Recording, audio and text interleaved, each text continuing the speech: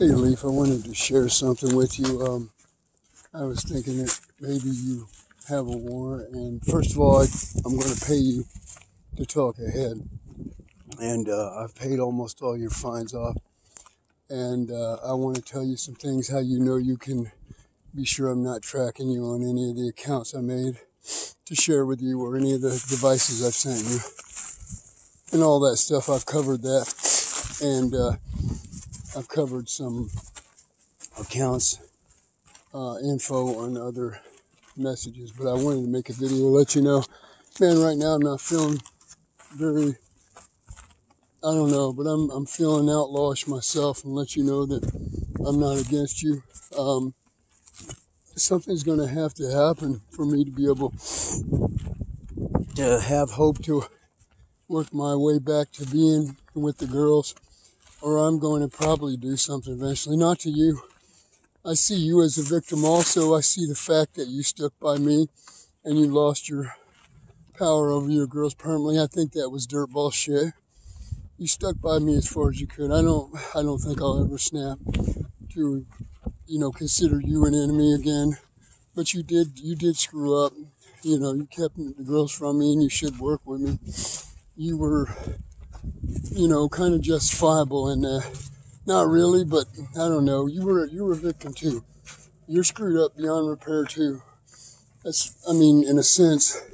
So I'm not thinking I'll ever be angry or feel like you're an enemy or want to do anything against you. But there's a few that do deserve it, and there's some people that I'm going to ask, I think, to step outside the box and outside the normal bounds of the court, because the court screwed up in a lot of ways over my life. They did with the girls. They did elsewise also. I was thinking of how they should have removed me and my brother from the home when my sister was damaged. My sister had her hair pulled out and her collarbone broken. And there was a few times Bob even beat us. I think he did Rob and Christy a time or two with a coat hanger or something. But with me, he grabbed a belt buckle one time and hit me with it. Another time when my cousin Christopher was at my house, he hit me in the face for denying my grandmother was saying something. She was being rude. Well, she wasn't my grandmother. She always hated me. Louise, it was his mom, and he knew this. He woke up drunk, and he did it too a few years before that. The 3 or 4 times I remember vividly him beating me with like a heavy-ass belt buckle. Dennis Jesse knew what happened. He's dead by now, but I'm sure he's told somebody about it, but he saw these bruises on me, didn't fucking report it. It was nasty bruises. Robert and Christy were arguing. He thought, well, I don't even think he thought it was me. He just ran into me first, beat me with this belt. And the first time I moved in with Mom, when she lived with Don on Hill Street across from Tony, where Tony Nelson lived, last I knew, probably does. Last time I saw him, he was saying the same bullshit, drinking and driving, and contributing to David. David had 10 days of sobriety, and Ted, who was convicted of molestation, and they said he did it. I know people that didn't, but anyway, what I'm saying is I feel you've been through the same thing, so I don't see you as the enemy, but you should get off your rump, and you should help me. You should. Whether or not you can do it, I understand. You can't promise miracles. And I understand that you're wanted probably right now. It looks like it is anyway. I hope not. But I'm going to try to send something to your lawyer. But, the system did screw up. It kept me from my first kids. You saw part of that. And I shouldn't have robbed the place. I was psychotic. I had separation trauma. There was no medication assisted treatment for addiction. So you didn't get the person that I eventually became and I would have been. And I'm sorry. I'm sorry you didn't. And all these offers and things I've been saying are true. I'm not happy that you're an outlaw. I'm not happy that, you go through and feel internally all the things you do with addiction. And I'm pretty sure you're addicted. I'm not saying you definitely are, but then again, you kind of understand a little more now. And you were ripped off. It was sad. I remember that time. I don't even want to bring it up. The time you got the letter about your girls. Okay, so I get it. And I was part of that. That was because of me too. That was, I contributed to that. So I also want to say that, if you do care about, hey, I've become a really good person, okay? And this is a bit emotional, but, I want to continue to be a good person. I don't want to snap. I don't want to go out there and get these people. But I think eventually I'm going to go get them. And it is for vindictive, or it is for revenge, and it is for, hey, you don't do this to people. If there was never revenge, people would continue today to do more awful things than they already do. And so they won't do it to someone else. I mean, I was driven psychotic the first marriage when I went through that, and then Lee was on the way.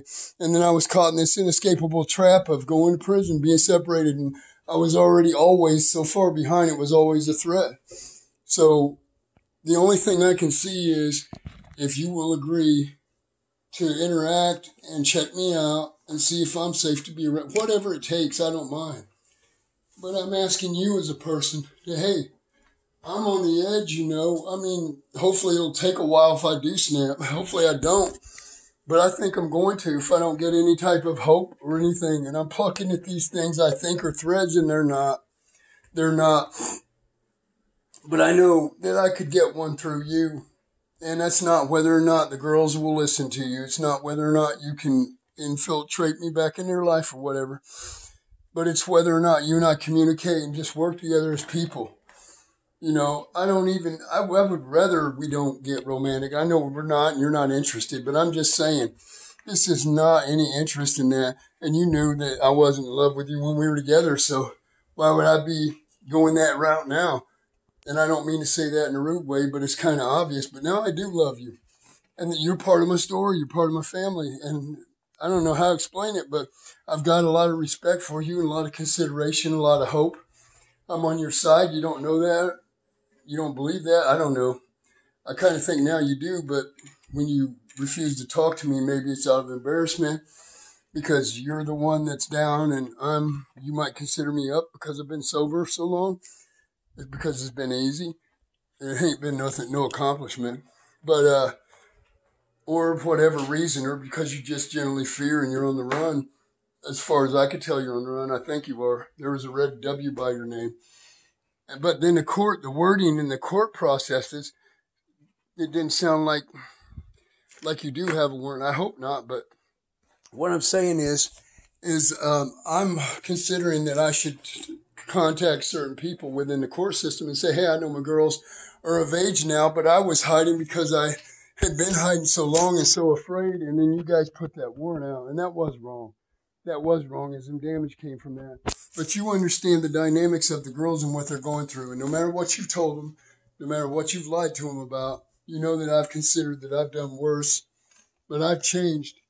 And you know how good I've been for them also and how intense I was and how I was psychotic because of my love and my inability to be separated from the kids. And that's why I was gone in the head when I met you over my first 3 kids and my stepdaughter and other kids. And even the one she cheated on me. The youngest one she had was the one I had the best relationship with, the one she cheated on me with Mike's dad, and then she cheated on him with me. So look, I'm just asking you for your help. I'm just telling you that there are ways you can confirm who I am. And I'm telling you that sometimes I'm getting these thoughts now, well, I'm tired of the pain. I'm tired of the agony. I've had a lot of it through life and a lot of it I didn't deserve. And yes, I became something I shouldn't have been. But a lot of people are made that way. And then again, I was lucky enough to learn how I became what I was and how to change it and how to better it. And I learned a lot of things and I genuinely changed. And I don't care what people say about the particular, well, I guess he really didn't change if he snaps and goes and gets these people. Well, yeah, I did. But I should have done it a certain way anyway. And I don't have any interest in going and getting you. As a matter of fact, there were 2 or 3 times I considered doing this. It was the only times that this type of thought popped into my mind, and you and Rebecca popped into my mind. And I told her once that I was going to do something to her. I tried to threaten her. I thought that might help her push me to, help push her to convince her to help me, mingle with the girls. But she said they don't even talk to her. I shouldn't have threatened her. It was stupid as hell. She didn't even get angry over it. It made me feel more guilty. But I didn't have an intent to do anything to her. but I was just so desperate over the girls. But I thought about you and her, and I thought it would be good to go see you guys before I go do my thing that I was considering doing, and I'm considering it may occur in the future, hopefully far off. Hopefully I can last and try enough and do enough things to try to get the court to step in, because I think the court should step in and do some unorthodox things to try to help me, even though the girls are older and they can't force them to right now. I think they should still step in and do some unorthodox things. And if they don't, then I think that, okay, people would understand if I would have gotten them years ago, especially the way the rules changed. So I don't care anyway. I think I am. And I'm going to do something nasty and nameless. I'm going to do many nasty and nameless things if I end up doing that. But I hope not. I don't want to give up all I've worked for, all I've become. My belief systems change. But the core belief doesn't change, that evil can make itself look good. And they can do some awful, awful harms in law. Hell, look, it was normal to own people at one time, and call them a nigger and put them on the end of a chain like a dog. That was evil, and that was normal. So, and I got that finally one day.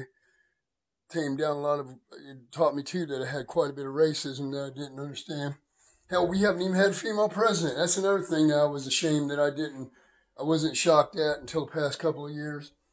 So the deal is I don't want to snap. But I think someday I may eventually choose to do that and do some things that are so awful because I want them to be that awful that they can never scrub them out of their heads, and there will be a message with it. It ain't going to be some guy that goes and does some random Zodiac killing or kill people I don't know or this or that or kids. But it's going to be something nameless, man. It's going to be something nameless because this agony, I'm going to write a poet. I'm going to act out a poetic expression of the suffering I've done. It's been agony, and I don't want to do it. And the more people, the more bits and pieces. I have nothing now. And really, you in the court would be nothing now that the girls are adults, but it would be something at least to fool myself. I mean, listen to how I'm talking. I'm wanting to fool myself so I don't go do this shit. I'm wanting a false hope, okay? That shows I still want to have a relationship with my girls. It wasn't right for me and them to be separated. The system was, you played a part, but I don't see you as responsible. I see the system as responsible. Whether they thought they were right or wrong or not, I don't give a shit. They were. And they can step in and clean it up. Hell, they've never apologized for slavery or imperialism or all kinds of shit. The Western Europe and America, civilized nations never have, so I don't give a shit about them, and I'm going to write something awful, and it's going to touch individual hearts. If I don't get them stepping in or I don't get something done, I'd rather have a relationship with the girls. So I hope this doesn't scare you, because it shouldn't. It shouldn't. If you did, it wouldn't.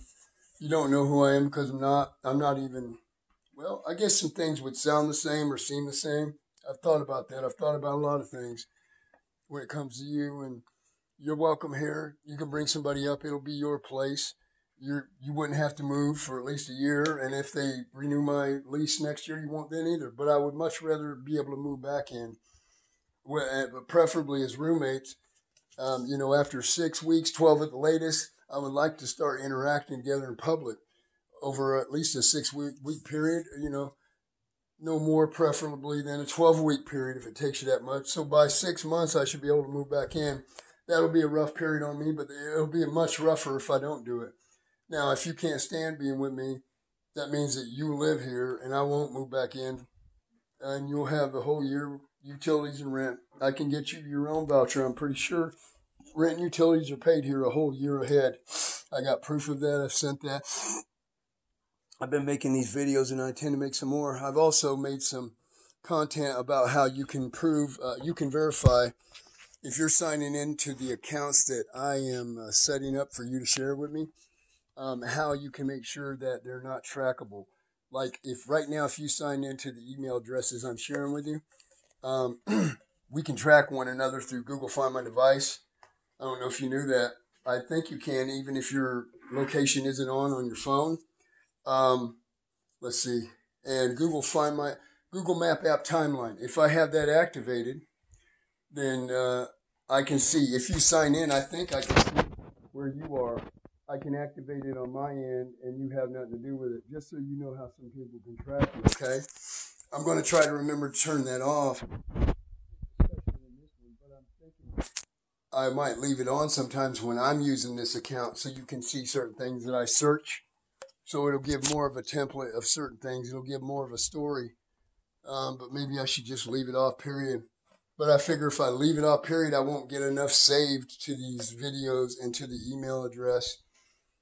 But then again, if I forget to turn the Google Map app timeline off setting and the Google Find My Device setting, well, wait a minute. I don't know if that matters. If you and I've got to find out, but I know that if you and I sign in on the same email address that I made for us to share, you and I can get on and see where you're at, and vice versa. I'm just letting you know so you know I'm being transparent and clear. I know your concerns, okay? And later, if you want to agree to move in here and then interact, I'll keep at least 2 devices on me where you'll be able to do that.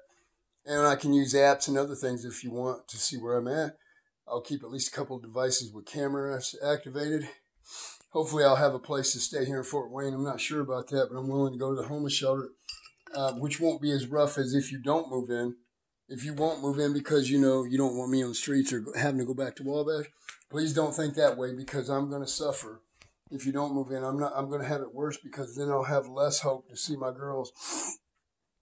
But I can probably get you your own voucher and rent fully paid. I'm pretty sure I can do that within 3 to 6 months. But we should talk about it, because I can give you a better chance to succeed. There's an interview and such, and you should answer the questions a certain way to succeed, you know, like that. We can help you on, you will be more points if you can prove chronic homelessness, but there's ways we can get them to bypass you needing to prove it. Plus, I can help you verify things. I can set up things so I can help you get reference. You know, just the same thing like if you wanted a reference and somebody would lie for you for a job and all that. And there's questions they ask you. It's best if you answer a certain way, like the test for your telling you, which will help you with addiction, because you can't get those medicines for meth addiction.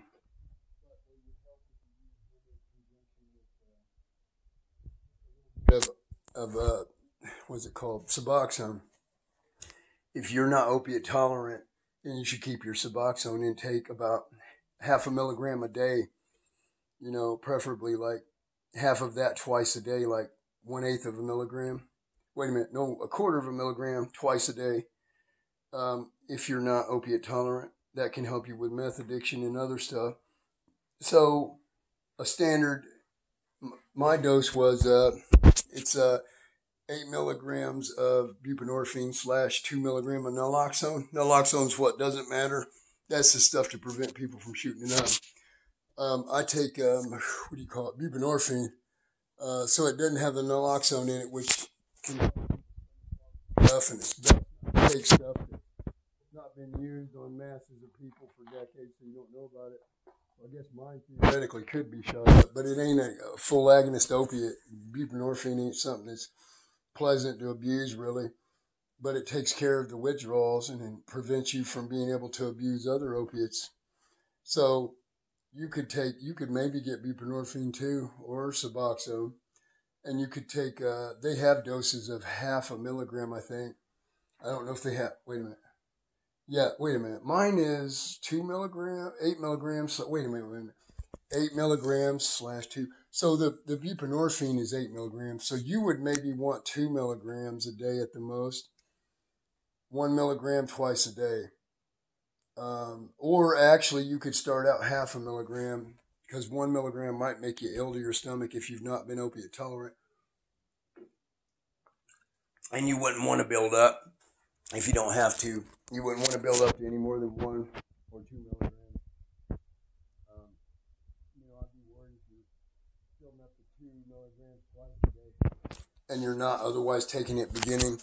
But if you come off of meth and start taking it, you might want something, and it's not as bad as being on heroin or this or that. So, me, yeah, it's a lot better than what I was doing, but hopefully if it's you, you don't want to get up to 8 milligrams a day. If you get up to 4 total milligrams a day, if 1 and 1 isn't working, then you might try 2 and 2, but you want to try the others first. But then again, like me, this last time I went on Suboxone to get sober was 2016. First year I was on it, I was only taking one dose that was 8 milligrams / 2. I was taking 1 dose a day. I think I did split it up sometime, but it wasn't working. I was feeling miserable a lot. I guess I should have been on 2 doses of 8 milligrams. And that's what I'm on now. And I'll have you some Ritalin or Adderall and some Suboxone. If you come here right away, we can get you a prescription quickly, an appointment quickly at Park Avenue or Park Center on Lake Avenue. So there's that. I just wanted to talk to you and share a human moment with you and ask you to help me. Thank you.